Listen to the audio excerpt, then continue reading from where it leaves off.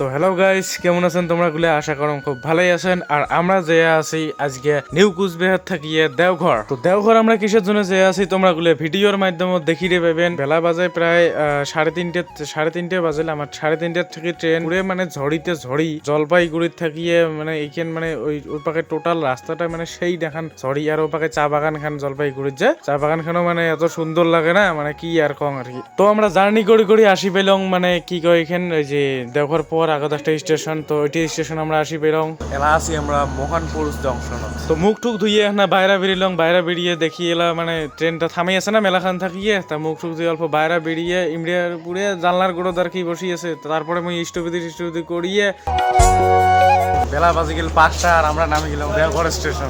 গোটা রাতি জার্নি করিয়ে ভোর সকালে পেয়ে গেলাম আর কি দেওঘর স্টেশন। আর এটাই হবা দিচ্ছে নতুন দেওঘর স্টেশন। এটি মানে ভাড়ার জন্য আর কি টোটোওয়ালা গুলো আসিয়ে পুজ করে লেগছে। আর এটি থেকে দেওঘর মানে সৎসং নগর ভাড়া হবা লাগছে 20 টাকা করি নাই। আর আমরা অল্প বার্গেনিং করি ঠড়ি মানে 20 টাকা তার কিনলাম।